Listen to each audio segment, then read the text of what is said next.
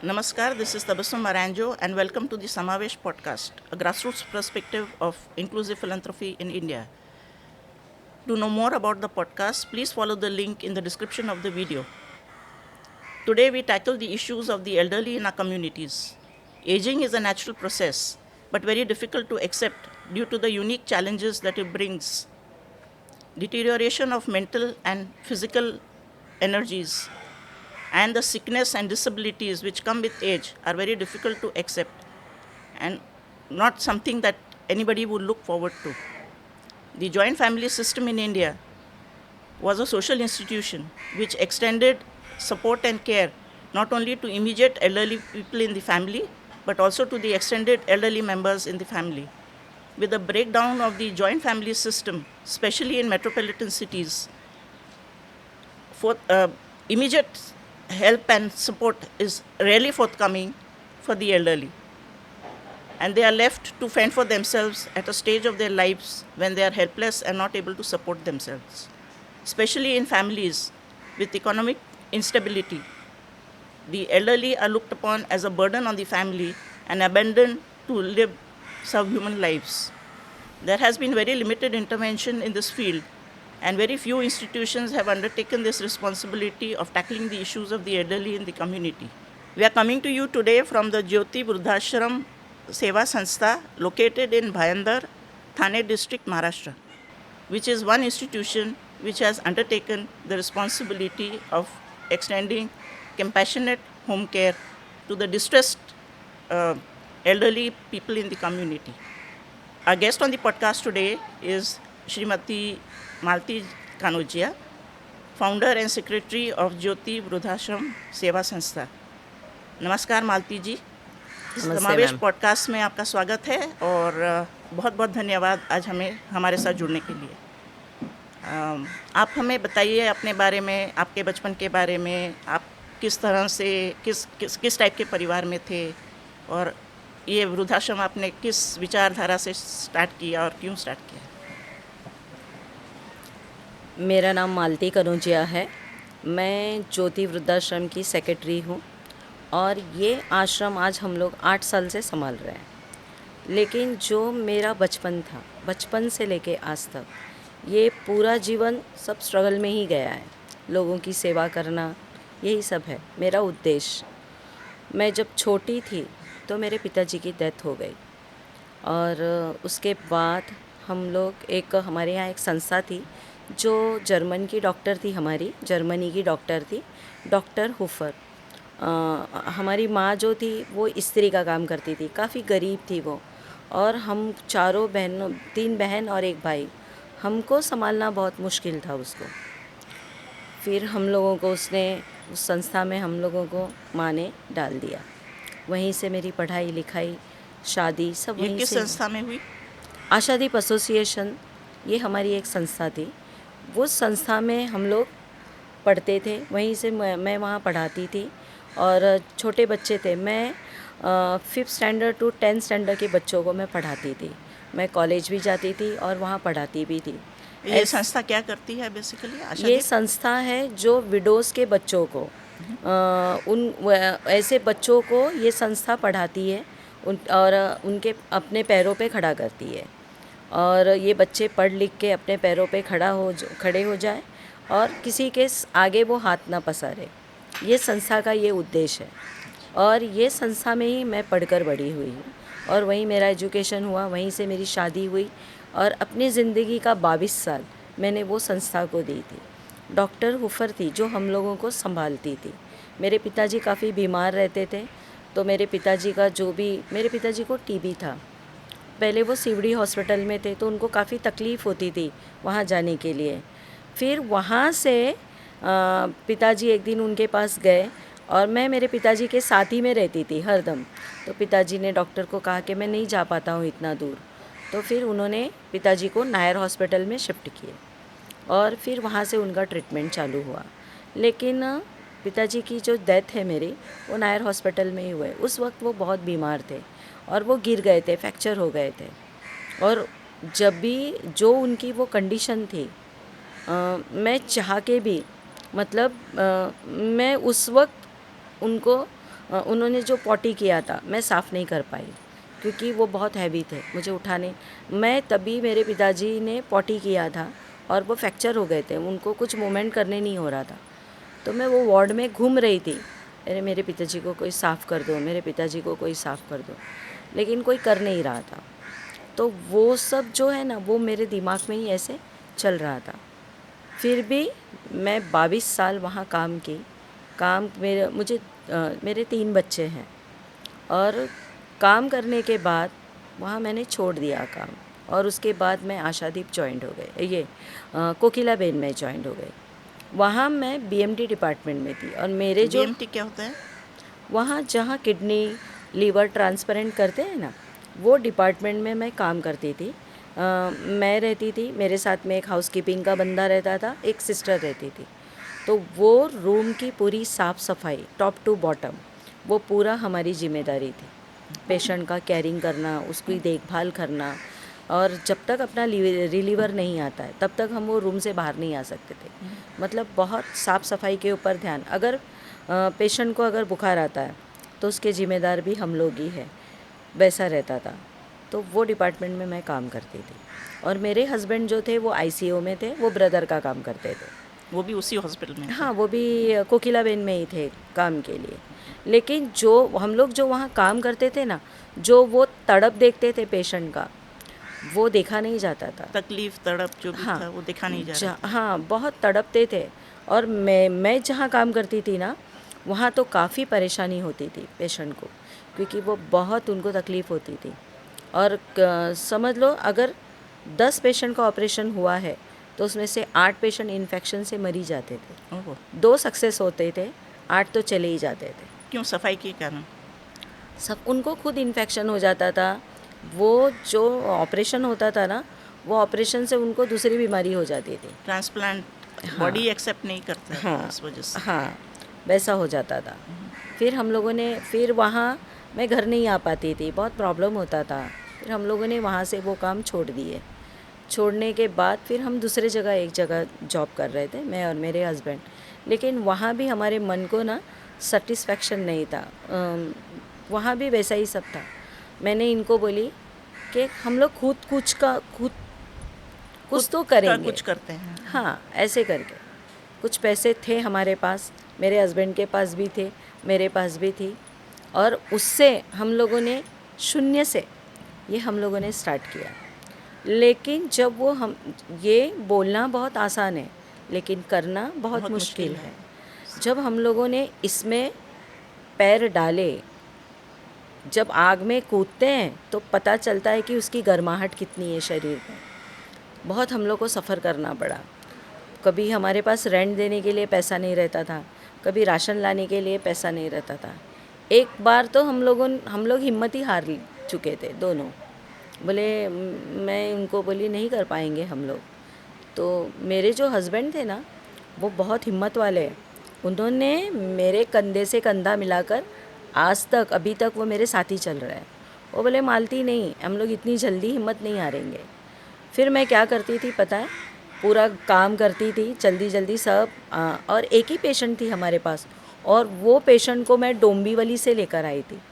उनका नाम था लक्ष्मी छेड़ा करके। आप बोलना चाह रहे हैं कि आपने एक पेशेंट से स्टार्ट किया था? हाँ, वृद्धाश्रम। वृद्धाश्रम। और उस वक्त हमारे पास कुछ भी नहीं था, लेकिन वो जो पेशेंट थी ना, उसके जो फैमिली थी बहुत अच्छी थी। उसके 2 बेटे थे, वो सगे बेटे नहीं थे, मतलब उसके देवर के बच्चे थे। वो फैमिली ने मुझे बहुत सपोर्ट किया। और मेरे हस्बैंड ना मुझे बोलते थे मालती हम लोग कैसे भी हिम्मत नहीं हारेंगे। और फिर मैं क्या करती थी, उसको, वो बेड पेशेंट थी, कम्प्लीटली बेड पे थी, उसको मैं नहलाती थी, उसको क्लीन करती थी। और फिर ये आश्रम वो आश्रम, बहुत सारे आश्रम में मैं जाती थी, मदद मांगती थी उनसे, मुझे पेशेंट दो, मुझे ऐसा करो। लेकिन फिर ये जो भी कुछ है मेरा, जो ये मैं मेहनत करती थी, ये सब माउथ पब्लिसिटीज़ है। ऐसे 1 से 2, 2 से 4, 4 से 8 ऐसे मेरे पास आते गए। लेकिन फिर 35 पेशेंट होने तक मैं खुद और मेरे हस्बैंड हम खुद ही काम करते थे। आप 2 ही थे? हाँ, पेशेंट को नहलाना, उनको डायपर लगाना, खाना बनाना, लादी पोंछना। फिर मेरा बड़ा बेटा था कल्पेश, वो हमारे पास आया और उसने देखा कि मेरे माँ बाप बहुत तकलीफ़ में हैं। तो उसने मुझे बोला कि मैं काम करना चाहता हूँ यहाँ। तो मैं मेरे हस्बैंड को बोली, ये इतना अच्छा काम छोड़ के हमारे साथ काम करेगा, कैसे चलेगा। वो कहीं जॉब करते थे? वो जॉब करता था, वो अच्छे कंपनी में काम पे था, लेकिन उसको सब नॉलेज था। तो हम लोगों को जैसे कि अभी बैंक का कुछ इतना हम लोगों को नॉलेज नहीं था, बाहर का कुछ इतना समझता नहीं था। तो वो हमारे साथ में रह के फिर मैंने उसको डायपर लगाना सिखाई। सारा काम धीरे धीरे, पेशेंट को कैसे उठाना है, कैसे बिठाना है, कैसे नहलाना है, और सारे मेरे बेड पेशेंट थे मेरे पास। इस तरह से मैं, मेरे हस्बैंड और मेरा बड़ा बेटा, हम तीनों ने बहुत मेहनत की और आज तक मेहनत कर रहे हैं। तो आज आपके पास कितने पेशेंट्स हैं यहाँ पे? अभी हमारे पास तो काफ़ी पेशेंट होके गए, लेकिन अभी के जो प्रेजेंट है अभी ये 70 है। 70 में से मेरे पास जो हैं अभी 25-26 लोग जो हैं जिनको हम लोग ही संभाल रहे हैं मैम। मतलब इनका पेमेंट उनके तरफ से, कोई फैमिली की तरफ से कुछ सपोर्ट नहीं कुछ है? भी नहीं। ये जो मेरे पास है ये कोविड से, पहले तो कुछ तो वो मुझे मिल भी जाता था, लेकिन कोविड में किसी के पिताजी ऑफ हो गए, किसी के बच्चे चले गए, मतलब बहुत। और अभी इनकी ऐसी कंडीशन है ना, मतलब ये नॉर्मल है ही नहीं। अगर हम इनको डांटेंगे भी तो इनको कुछ समझता नहीं है। ये कंडीशन में हम इनको कहाँ फेंकेंगे, कहाँ छोड़ेंगे। एक एक बार तो मैं तो बोल भी देती हूँ मेरे हस्बैंड को, क्या करेंगे इनका। मेरे हस्बैंड जो है वो बोलते हैं, नहीं मालती, सबके प्लेट में से अगर इतना इतना सा भी निकालेगी ना तू, तो हो इनका जाएगा। पेट भर जाएगा। अपने को भगवान कहीं ना कहीं से कुछ ना कुछ मदद करेगा। कभी कभी हम लोगों को बहुत स्ट्रगल करना पड़ता है।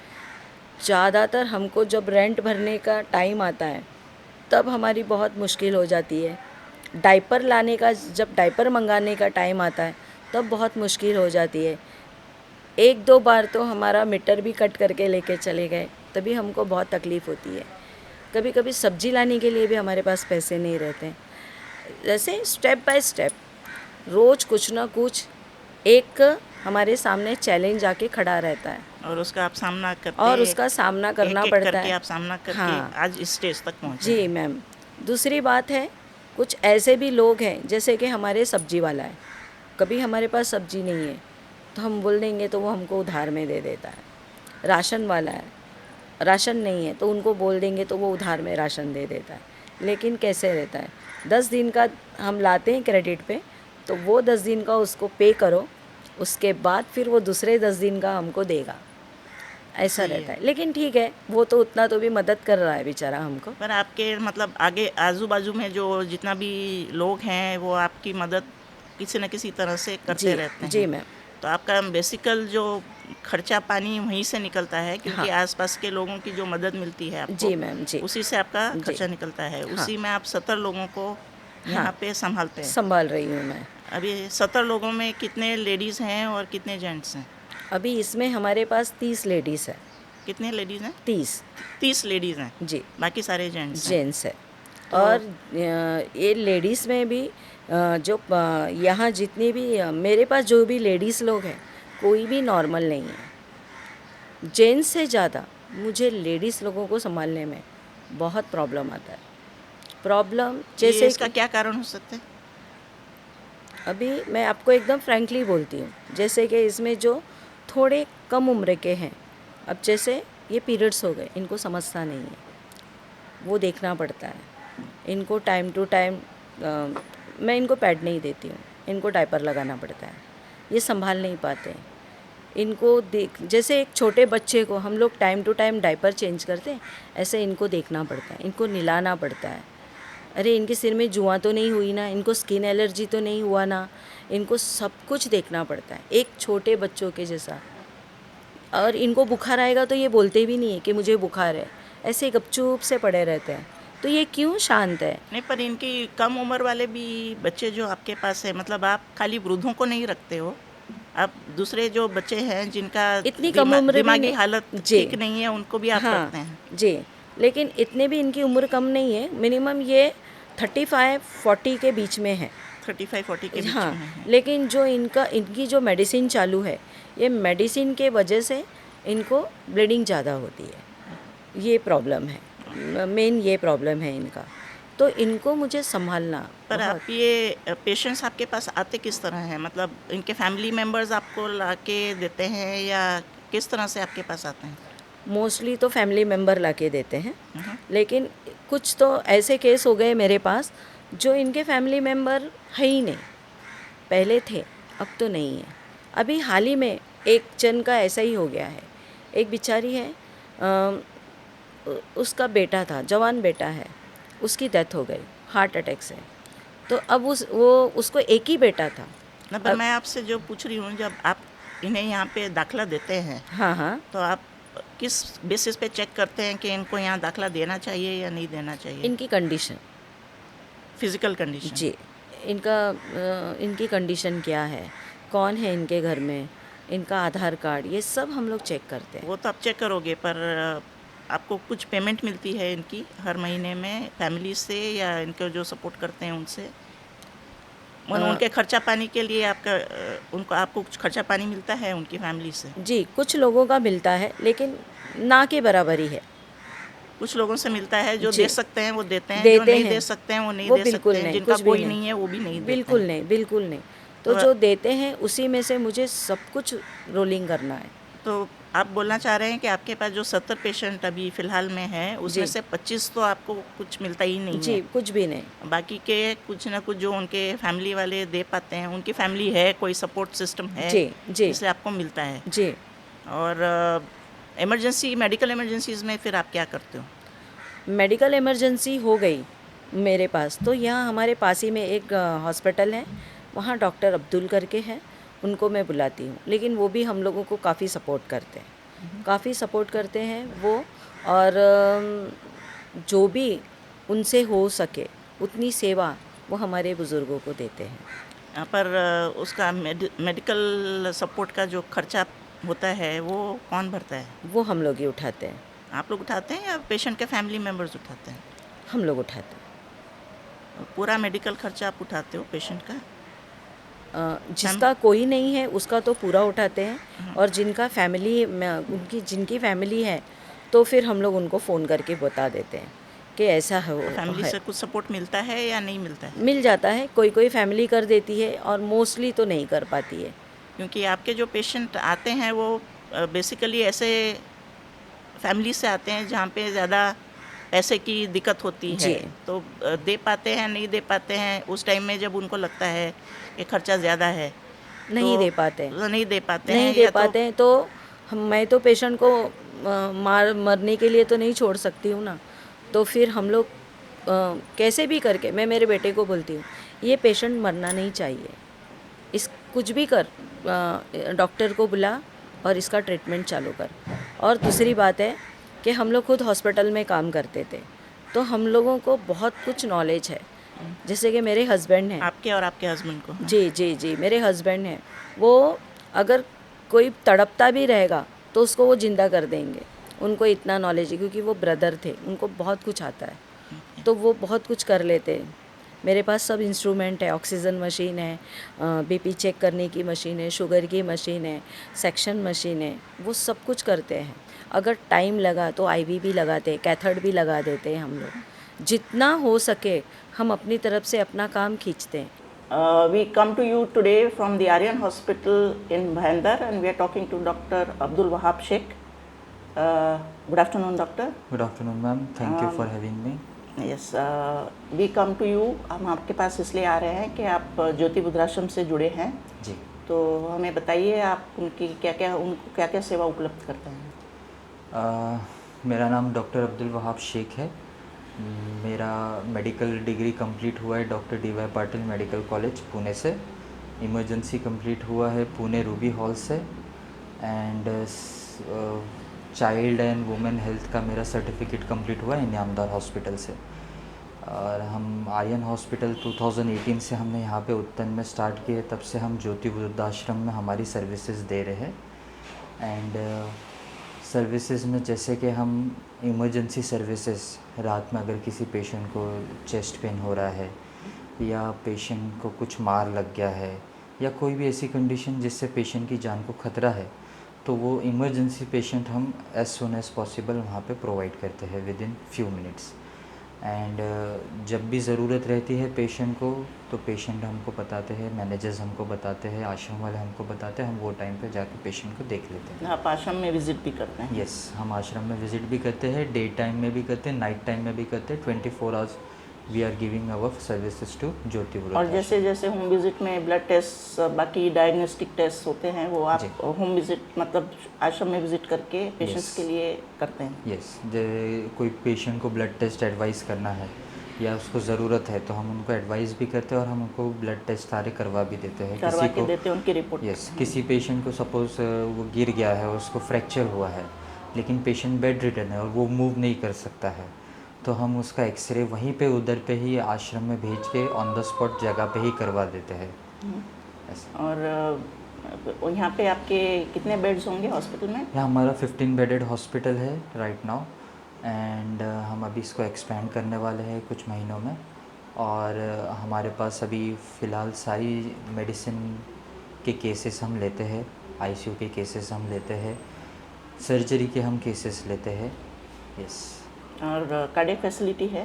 कार्डियक फैसिलिटी हमारे पास अवेलेबल नहीं है right now at present due to some problems.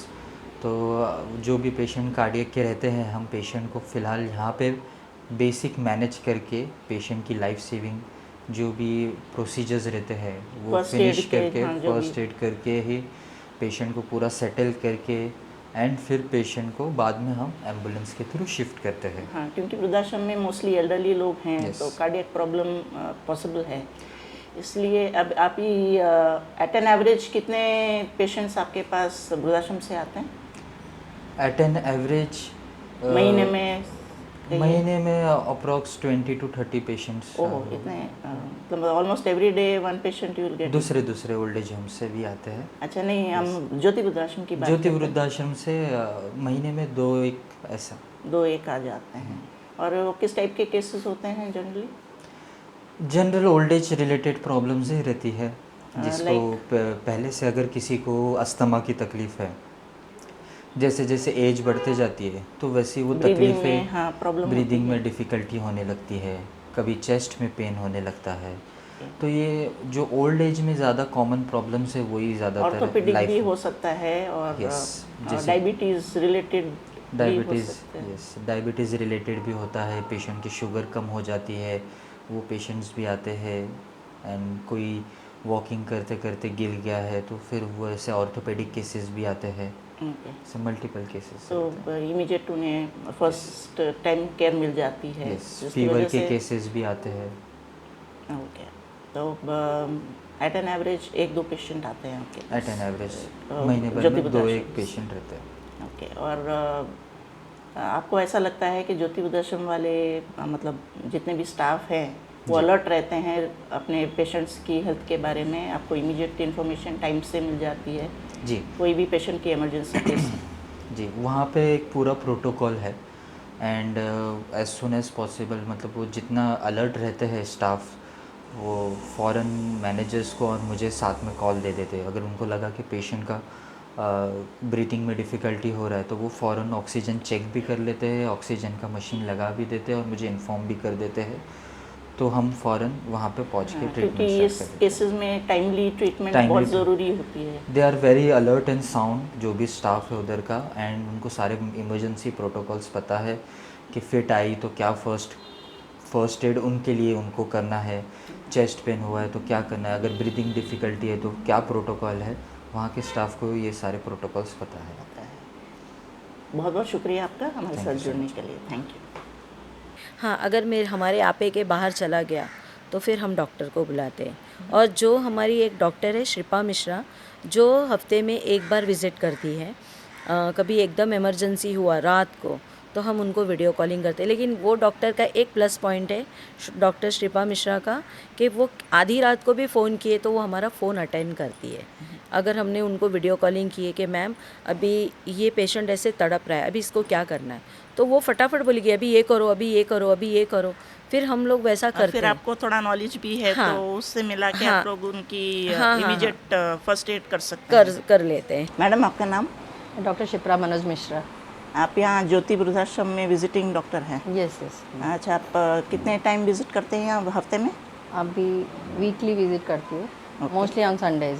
Mostly on Sundays. और आप कब से जुड़े हुए हैं इस वृद्धाश्रम से? ये जब से वृद्धाश्रम स्टार्ट हुआ है 2016 से, तब से मैं ज्वाइन हुई यहाँ पे। ज्वाइन हुए हैं। पहले मेरे हस्बैंड भी थे साथ में, तो अभी मैं अकेले ही करती हूँ क्योंकि हस्बैंड 2020 में ऑफ हो गए तो कोविड की वजह से। ओके। तो अभी आप यहाँ पे हफ्ते में एक बार जो विजिट करती हैं तो आप क्या चेक करते हैं पेशेंट्स का? पेशेंट के जैसे ये लोग बीपी शुगर वगैरह करके रखते हैं, और वो कभी जो वृद्धाश्रम के सेवक करके रखते हैं। Yes yes. हाँ, और उसके बाद मेरे को जैसे किसी की कंप्लेंट बताते हैं, जैसे कि किसी को स्किन कंप्लेंट्स हैं, किसी को भूख नहीं लग रही है, किसी को सर्दी खांसी है, किसी को फीवर है, तो ये सब बताते हैं। तो आप हफ्ते में एक बार विजिट करते हो तब बताते हैं, कभी इमरजेंसी में भी आप आते हैं? इमरजेंसी में ये वीडियो कंसल्टिंग करते हैं, क्योंकि मेरा भी क्लिनिक है तो वीडियो कॉल करते हैं। अगर हमें लगा तो फिर मैं विज़िट करके जाती हूँ। आप होम्योपैथी प्रैक्टिस करते हैं? जी। तो आप इनको होम्योपैथी का प्रिस्क्रिप्शन देते हैं या एलोपैथी प्रिस्क्रिप्शन देते हैं? नहीं, जो एक्यूट कंडीशंस रहती है उसमें मैं तो एलोपैथिक प्रिस्क्राइब कर देती हूँ। ऐसा लगता है कि क्रॉनिक है, बिना होम्योपैथिक के नहीं सेटल होगा, तो मैं उसमें होम्योपैथिक भी देती हूँ। वो आप अपना प्रिस्क्रिप्शन देते हैं? यस यस, मैं खुद बना के लेके आती हूँ। ओके। और ऐसा कोई इंस्टेंस हुआ है, ऐसा कोई पेशेंट आपको पता है जो आपके ट्रीटमेंट की वजह से फुली रिकवर हो गया हो कोई क्रॉनिक एलिमेंट में? जैसे एक डिप्रेशन का केस था, वो बिल्कुल बात भी नहीं करता था, तो इसको साथ साथ मैंने होम्योपैथिक भी प्रिस्क्राइब किया, तो अब थोड़ा बहुत हाँ हूँ करने लग गया है, थोड़ा बहुत अपने इंडिकेशंस देता है। इसके अलावा एक पेशेंट इंग्वाइनल हर्निया का था, वो फुली रिकवर हो चुका है। यहाँ के ही पेशेंट, यहाँ के पेशेंट फुली रिकवर हो चुके हैं। आप किसी और वृद्धाश्रम से जुड़े हुए मैम? हाँ, 3-4 वृद्धाश्रम में जाती थी मैं, लेकिन सब तरफ से क्लोज़ कर दिया, सिर्फ अभी ज्योति वृद्धाश्रम से जुड़ी हुई हूँ। उसका कुछ कारण है? उसका ये कारण है कि जहाँ और वृद्धाश्रम में वो फील मुझे नहीं आया जहाँ जो यहाँ पे आया, क्योंकि इनका सेवा इतना अच्छा है कि अगर किसी को खाना नाश्ता जो नहीं खाने को होता, खुद अपने हाथ से ही खिलाते पिलाते हैं। जैसे छोटे बच्चे की देखभाल करते हैं उस तरह से हर एक की इंडिविजुअल केयर होती है। इवन आप हर पेशेंट के बारे में इनको डिटेल में पता होता है, और हर पेशेंट के पास ले जाके मुझे विज़िट कराते हैं और बताते हैं कि इनको ये प्रॉब्लम है, इनको ये प्रॉब्लम है। ऐसा नहीं कि एक पेशेंट को छोड़ दिया, नहीं, हर पेशेंट के पास विज़िट कराते हैं। सबको इक्वल ट्रीटमेंट देते हैं, इक्वल अटेंशन देते हैं। तो आपको अच्छा लगता है यहाँ अपनी सर्विसेज वॉलंटियर करके? आपको अच्छा लगता है? आपको लगता है कि मैं कुछ अच्छा कर रही हूँ? यस, इसीलिए आप मुझे बहुत अच्छा लगता है। इसीलिए आप ये वृद्धाश्रम से जुड़े हुए हैं? जी। और आगे भी जुड़े रहेंगे? आगे भी जुड़े रहेंगे। Thank you so much. Thank you so much. हम लोग और पेशेंट को हॉस्पिटल ले जाने के लिए एम्बुलेंस है आपके जी, पास? एम्बुलेंस है हमारे पास। आपकी अपनी एम्बुलेंस हाँ, है? हमारी आपकी अपनी गाड़ी है मतलब? हाँ, हमारी अपनी एम्बुलेंस है, और हम लोग अपने एम्बुलेंस में उनको सेवा देते हैं। ये सब 70 पेशेंट्स की सेवा करने के लिए आपके पास स्टाफ कितना है? 10 स्टाफ है। 10 स्टाफ है? हाँ। तो इसमें आपका किचन में कुकिंग के लिए होगा? कुकिंग के लिए तो मैं और मेरा बेटा, ओके। हम दोनों मिलके ही खाना बनाते हैं। दोनों टाइम का खाना हम दोनों ही, चाय, सुबह की चाय है, नाश्ता है, दोपहर का खाना है, शाम का खाना है, शाम की चाय है, सब मैं और मेरा बेटा। और दूसरे स्टाफ मतलब केयर गिवर्स होंगे जो पेशेंट जी। के साथ 24 कलाक रहते हैं? हाँ, वो पेशेंट केयरिंग का काम करते हैं। 2 स्टाफ है जो हाउस कीपिंग का काम करते हैं। बाकी का मैं ज़्यादा फोकस पेशेंट के ऊपर ज़्यादा करती हूँ। पेशेंट केयरिंग में ज़्यादा लगते हैं। नहाना धोना, हाँ, खाना उनको खिलाना जो नहीं खा सकते हैं जी। अपने आप? हाँ, मेरे सब पास बेड रिडन ज़्यादा है तो उनको खिलाना भी पड़ता है। उनको हाथ से खिलाना पड़ता हाँ, है? उनको वो खिलाना खुद नहीं पड़ता खा पाते है। नहीं, हैं? खुद नहीं खा पाते। देंगे, खाते हैं, लेकिन सब खाना यहाँ वहाँ बिखेर देते हैं। तो उससे अच्छा अगर हम खिला देते तो उनका पेट तो भरा रहता है ना, तो हम खिला देते हैं खाना। और फिर रहने और खाने पीने के अलावा दूसरी क्या सर्विस? मेडिकल तो आपने बता दिया। जी। अब उसके अलावा पेशेंट्स का थोड़ा एंटरटेनमेंट वगैरह, रिक्रिएशन वगैरह के लिए भी कुछ एक्टिविटीज़ आप करते हैं? टीवी है हमारे यहाँ, कैरम है हमारे यहाँ, और म्यूज़िक सिस्टम है। कभी म्यूज़िक लगा दे तो ये डांस करते हैं। और मेरा बेटा है, इनको नचाता है, कैरम खिलाता है, कभी गरबा लगा देते हैं हम लोग। मतलब ये म्यूज़िक के त्योहार बहुत, मनाते हैं। हाँ म्यूज़िक के बहुत शौकीन है, पिक्चर के बहुत शौकीन है। आपने न्यूज़ लगा के दिया तो ये देखेंगे नहीं। क्रिकेट के बहुत शौकीन है, ऐसे है। क्रिकेट देखते हैं, हाँ पिक्चर्स क्रिकेट देखना, देखते हैं, पिक्चर गाने सुनते हैं। गाना सुनना बहुत पसंद है, वो भी जूने गाने। अभी के नए गाने नहीं सुनेंगे ये कोई भी। अच्छा, so your name? Prakash Chandana. We are talking to you from Jyoti Vrudhashram. You conduct yoga training for the Vrudjan over here. Yeah. Sir, how long have you been associated with Jyoti I Vrudhashram? started here from 21st of June. That was World Yoga Day. So last 3 months I am associated with this organization. And sir, how do you feel that yoga is helping the inmates over here? See, I will first give you a little bit of background, the scenario. In old age homes, and especially these type of old age homes which are cramped, which are for the financially weaker sections, there are no amenities, there are no open spaces. So what happens, the people here overall have more of pessimistic attitude. Already there is pessimism. The reason is they are coming from such backgrounds. They are forced to come and stay here. It's not, nobody comes here as a resort, okay, I'll go and enjoy there. So first thing, the scenario is of pessimism. Now yoga, it helps, yes, it helps mentally, physically, emotionally, spiritually. So yes, there will be certain help. But because already there is pessimism, the level of betterment that should have been Benefit which yoga would normally provide. is not being provided. The reason is, out of the 24 hours, okay, 1 hour there is an activity which we try to give them pranayam, some physical activity, some mental relaxation, some prayer. So yes, there is a benefit. At least I'll put it this way, ki they don't go down the graph. No. If not upward, at least they don't go down the They graph. maintain the graph at the same level. At least at the same level. Else what happens at these organizations, when you are sitting idle whole day, physically and mentally, you tend to go down. Your body stiffness increases. So we see that there are neck movements, body movements, each and every part. We work at cellular level. So when each and every body part is working, so at least it will not go down. 1 hour you are doing sort of physical exercise, you are doing breathing exercise. So some mental relaxation is there, some benefit is there. 100% it is there. But yes, as I said, these type of organizations, if they would have been having more open spaces, old age homes, open spaces, more amenities.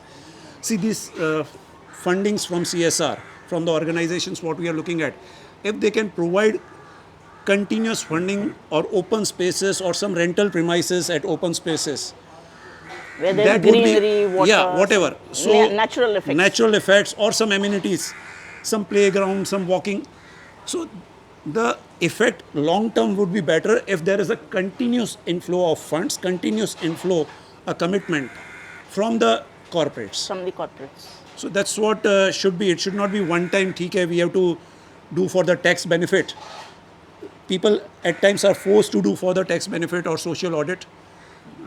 Then naturally the help would be limited. But if it is generosity, Generous from the heart. Yes. from the heart, then yes, there will be a lot of positive effect. And sir, what is your background? Usually, what's your background? I've been a lecturer of economics throughout my life. I've been doing yoga for myself past 10 years. Okay. Recently, I did a certified course in yoga and I became a certified yoga teacher. Okay. So yes, background has been teaching students. Now I'm teaching yoga. So you volunteer your services here. Yeah, here I'm doing as a volunteer. I do not charge. It's like I also felt ki if something from my side Your contribution. to the society. Okay. That's what I Commendable, sir. Thank you so much for joining us today. आपके basically आपके जो financial मदद होती है वो सारे आजू बाजू के लोग ही आपको मदद कर रहे हैं. आपको अभी तक कोई स्ट्रक्चर्ड कॉर्पोरेट फंडिंग नहीं मिली है. जी नहीं, अभी तक तो कुछ भी नहीं. और आपके accounts independently chartered accountant audit करते हैं. हाँ, मतलब अगर आपको कॉर्पोरेट फंडिंग मिलती है तो आप कॉर्पोरेट या जो कंपनी आपको पैसे दे रही है उसको पूरी रिपोर्ट दे सकेंगे कि उनका पैसा किस तरह से आपने यूज़ किया, पैसा कहाँ, कितने पेशेंट के ऊपर कितना खर्चा हुआ, वो आप रिपोर्ट दे सकेंगे उनको? जी मैम, मैं दे आपका सकती चार्टर्ड अकाउंटेंट वो रिपोर्ट हाँ, वेरीफाई हाँ। करके दे सकते हैं। हाँ, दे दूँगी मैं। आपका एवरेज खर्चा कितना होता है पर पेशेंट महीने का? हम लोग तो मैम कम से कम में कोशिश करते हैं करने के लिए, क्योंकि मेरी उतनी शक्ति नहीं है। फिर भी मुझे पर पेशेंट के पीछे महीने का 5000 तो जाता ही है। मिनिमम 5000 हाँ, होता है। खींच तान के बहुत कम में कम खींच तान के 5000 मेरा हो जाता है। तो अच्छा ठीक है, तो इसमें 70 पेशेंट के लिए 5000 पर महीने के हिसाब से अगर आप देख लो तो आपका 3-4 लाख तो वहीं हो जाता है। जी और ये सब आपकी अभी फ़िलहाल आजू-बाजू के लोग ही मदद कर रहे हैं, आपको जी। कहीं से कोई कंपनी की फंडिंग नहीं नहीं है। नहीं, तो अगर आपको कंपनी की फंडिंग मिल जाती है तो आप और क्या बेहतर कर सकते हैं ये लोग पेशेंट्स के लिए? मैं अपने मेरे जो भी ये बुज़ुर्ग लोग हैं जो भी है, इनको मैं बेस्ट ऑफ बेस्ट देने की कोशिश करूँगी। ये मेरा पहला पॉइंट है। दूसरा, मैं मेरा खुद का आश्रम मैं चाहती हूँ। तो ये आपका आश्रम आई मीन आपकी प्रॉपर्टी नहीं है, जी नहीं, रेंटल है, ये सब रेंट पे है। रेंट पे है। और जब आपने शुरू किया था तभी से रेंट पे तब ही? से हम रेंट पे ही हैं। और इसी जगह पे थे या आपने जगह चेंज की है? पहले हम दूसरे जगह रहते थे, लेकिन वहाँ थोड़ा प्रॉब्लम होने की वजह से हम लोगों ने वो जगह छोड़ दी है। वो छोड़ने के बाद फिर हम यहाँ आए। यहाँ आने के बाद भी काफ़ी रेंट था, लेकिन मतलब अगर हम लोगों ने हमारी जैसे कि इतना पैसा नहीं रहता है कि हम उसको टाइम पे हम उसको रेंट पे करें। 1 तारीख से स्टार्ट कर देता है फ़ोन करना, लेकिन उसको रेंट देते देते हमको 20 तारीख हो जाती है। तो कभी रेंट के लिए मतलब आपको वो ज़्यादा प्रेशर नहीं करता है? नहीं नहीं, कभी नहीं करता है। लेकिन मेरा बेटा है, ऐसे जैसे किसी का पैसा आया तो पार्ट पार्ट में उसको देता है, लेकिन वो बेचारा कुछ बोलता नहीं है। ठीक है, वो भी समझता है कि हम लोग इतने लोगों को संभाल रहे हैं, वो भी हमारी तकलीफ़ को समझता है। और मैं उसको समझाती हूँ कि भाई आज पैसे नहीं हैं, किसी के आए नहीं पैसे, तो बोलता है ठीक है भाभी जी, नेक्स्ट टाइम। आप बोलना चाह रहे हैं कि अगर आपको कंपनी की तरफ से, कोई भी कंपनी की तरफ से फंडिंग मिलती है तो आप सबसे पहला आपका उद्देश्य यही होगा कि आप अपनी आश्रम खोलें जी अपनी प्रॉपर्टी पे, जहाँ से आपको कहीं से कहीं जाना ना पड़े, कहीं जी आना ना मैम, पड़े, जी और मैम। अपने बच्चों के साथ आप वहाँ आराम से शांति से रह सकें और उनकी देखभाल कर सकें। जी मैम। और दूसरा, और आप और बेहतर क्या करेंगे अपने पेशेंट्स के लिए? आप बोल रहे हो उनको बेस्ट से बेस्ट देना चाहेंगे, तो उसमें क्या आ जाता है? बेस्ट टू बेस्ट मतलब आपके माइंड में क्या है कि क्या कर सकते हैं? इनको मैं अच्छा खाना दूंगी, इनको दूध दूंगी, रोज़ का दूध दूंगी, फ्रूट्स दूंगी, क्योंकि अच्छा, उनके ये सब खाने में सुधार करेंगे। हाँ, पहले तो मैं खाने में सुधार करूंगी, क्योंकि दूध हम लोग 4 लीटर दूध लेते हैं रोज़ का, तो 2 लीटर दूध की चाय बनाते हैं। और 2 लीटर दूध है ना मैम, वो जितने भी मेरे पास बेड पेशेंट है उनमें कोई प्रोटीन पाउडर दे देता है मुझे डोनेशन में, तो वो मिला के उनको सिर्फ बेड पेशेंट को देती हूँ। सबको नहीं हो पाता है देने के लिए। मैं दूध दूंगी, फ्रूट्स दूंगी इनको खाने के लिए, और अच्छा अच्छा खाना दूंगी, अच्छे अच्छे कपड़े दूंगी और फिर और पहनने को। नाच गाना करेंगे। हाँ हाँ मेरा ये है। और इनका खुद का एक लॉकर रहेगा, जैसे दूसरे वृद्धाश्रम में रहता है ना। अपने सामान इनका रख बैग, हाँ, इनका बैग इनके बेड पे रहता है, नहीं तो बेड के नीचे रहता है। तो वो बेचारे मुझे भी काफ़ी ये होता है, कपड़े इनके यहाँ वहाँ बिखरे हुए रहते हैं। और थोड़ी खुली जगह होगी, हाँ, तो बड़ी खुली। जगह होगी तो उनको भी हाँ। थोड़ा चलने वलने, हाँ, थोड़ा हाँ। वॉकिंग जो कर सकते हैं वो जी। वॉकिंग करेंगे, तो वैसा उनकी मनोस्थिति भी बेहतर होगी। हाँ, वैसा है। मतलब मेरा एक सपना है उनका एक लॉकर रहे जिसमें वो उनका सामान रखे। इनको रोज़ का मैं सोते समय 1 कप तो भी दूध दूँ ना, क्योंकि जब मेरी बहू जब दूध बांटती है ना, तो दूसरे भी देखते, मुझे दुख होता है, लेकिन अभी मैं क्या करूँ, नहीं दे पाती हूँ, क्योंकि वो दूध का ही मुझे 14,000 15,000 हो जाता है दूध का, और दूसरा बिस्किट का ये वो पकड़ के, तो नहीं दे पाती हूँ। तो जितने सिर्फ बेड रिडन हैं उनको ही दूध देती हूँ। जो चलते फिरते मैं मेरे मन को ऐसा समझाती हूँ, ये तो खा रहे हैं ना खाना, दोनों टाइम चाय नाश्ता, बेचारे ये बेड रिडन है, इनको हमको खिलाना पड़ता है। तो ऐसा मैं सोचती हूँ। और जिन पेशेंट्स का यहाँ पे डेथ हो जाती है उनका क्या प्रोसीजर है आपके पास? अगर डेथ होती है तो पहले हम लोग पुलिस स्टेशन में इन्फॉर्म करते हैं, मेरा बेटा है, ये सब मेरा बेटा ही करता है। पुलिस स्टेशन में इन्फॉर्म करते हैं, वहाँ जाके एक लेटर देना पड़ता है कि सो एंड सो पेशेंट इसका कोई नहीं है, हमारे यहाँ इसकी अच्छा, डेथ हो जिनका गई। कोई नहीं होता उनके बात जी बता रहे हैं आप। जी। हाँ। तो फिर उसके बाद में एम्बुलेंस में मेरा बेटा ले जाता है, और जो बांग्लादेश में एक शमशान भूमि है, और वहाँ उनका अंतिम संस्कार वो कर, मेरे हस्बैंड और मेरा बेटा। लेकिन अंतिम संस्कार करते समय भी मेरी एक इच्छा है कि उनको एक कफन और एक हार वो मेरे हस्बैंड कर देते हैं, उतना कर देते हैं कि कोई भी रहने दो। वो आपकी तरफ से। जी जी जी। और उतना मेरा बेटा करता है और मेरे हस्बैंड कर देते हैं। और जिनकी फैमिलीज हैं उनकी फैमिली उन्हें एक्सेप्ट करती हैं या डेड बॉडी को लेके जाते हैं नहीं, या मोस्टली नहीं लेके जाते हैं। नहीं लेके जाते नहीं हैं? नहीं नहीं। आपको ही बोलते हैं अंतिम हाँ, संस्कार वो करने के बोलते लिए? हैं आप ही कर दो। तो मैं क्या करती हूँ, हमारे एम्बुलेंस वाले का नंबर दे देती हूँ, आप इसको, वो 5000 लेता है एक डेड बॉडी को ये करने का, उनका अंतिम संस्कार करने का। तो उनके अकाउंट में आप डाल दो, ये कर देगा। बाकी का वहाँ तक मेरा बेटा चाहता है, लेकिन जिसकी फैमिली है वो वैसा कर दे। मोस्टली तो मैंने अभी तक देखा है कि किसी की फैमिली आती नहीं है। डेड बॉडी भी क्लेम करने नहीं जी आते? नहीं, जी नहीं।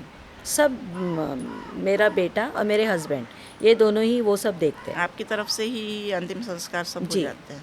और हम लोग फिर जैसे उनको मैं ही ऐसे मैं बोलती हूँ, जैसे उनको मर के अभी 11 दिन हुआ, तो चलो इसको खीर बहुत पसंद थी ना, जो भी सेरेमनी होती जी है। मैं कर देती हूँ। हम लोग बना देते हैं, खीर पूरी तो भी बना के उनके नाम से रख देते। उतना तो बनाने की ताकत तो है मेरे अंदर, तो खीर पूरी बना देती हूँ, उतना कर देती हूँ। आप मालती जी, आपको हम नमस्कार करते हैं। आप बहुत अच्छा काम कर रहे हैं वृद्धों के लिए। थैंक और यू सो मच मैम। सबकी दुआएं आपके साथ ज़रूर होंगी, और हम ये शुभकामना करते हैं कि आगे चलकर आपको जो भी आपकी सपना है वो पूरा हो। आप ज़्यादा से ज़्यादा वृद्धों के लिए काम करें, उनकी दुआएं हासिल करें और आगे बढ़ें। थैंक यू मैम, और आप भी प्रार्थना कीजिए कि मेरा सपना पूरा हो। उन्होंने कहा Thank you, ज़रूर thank दुआ you करते so हैं। much. नमस्कार। For those of our viewers who are still with us, a big thank you.